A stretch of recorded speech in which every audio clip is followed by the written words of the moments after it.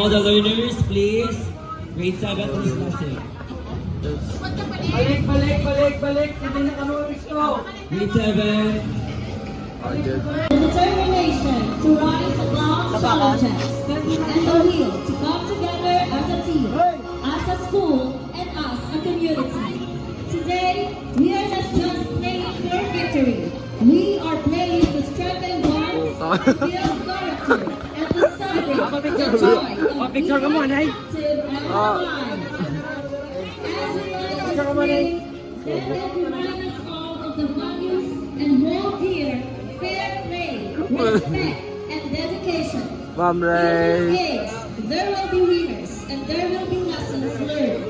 But above all, there will be unity. For in sport and in life, the journey and the effort we put forth are what define us.